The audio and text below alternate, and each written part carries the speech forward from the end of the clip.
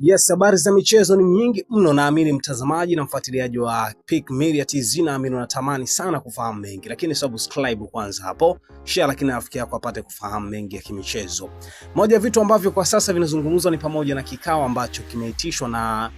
mwenyekiti wa Simba Murtaza Mangungu pamoja na rais wa heshima wa kikosi hicho cha Simba ambaye ni Mo Dewji, wakimaanisha kwamba ni pamoja na bodi ya wakurugenzi ya masuala mazima ya udhamini pamoja na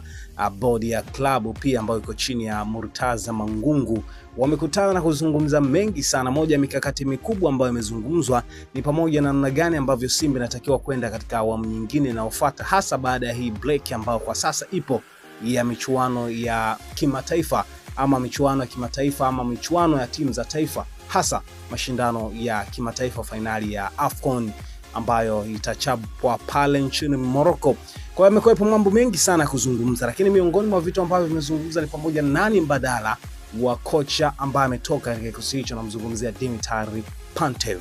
Lakini hapo mengi ambayo wamezungumza, wengine akizungumza kwamba kuna panga linakuja kumtoa kocha ambaye kwa sasa hivi yuko pale kwa takriban misimu 9 ambaye mhudumu pale Simba Sport Club, namzungumzia Selemani Matola ambaye amekuwa akihudumu mara kwa mara kama kocha msaidizi na amekutana na makocha wengi sana. Ukimzungumzia Selemani Matola unazungumzia Benchika amemkuta pale, amemkuta Robertinho,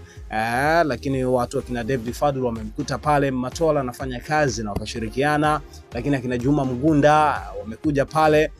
lakini na wengine akina Zolan wote walikuja pale, lakini wao wakaondoka, Matola akasalia pale pale. Kwa sasa hivi kinachozungumzwa zaidi pengine ikanyoshewa panga la kumkata kuwili kocha huyo ambaye amehudumu pale Simba kwa muda mrefu sana, na pengine akaachana na timu hiyo ama akaenda kutafuta changamoto nyingine nje ya timu hiyo, kwamba wengine anasema kwamba anakwamisha maendeleo na anakuwa sehemu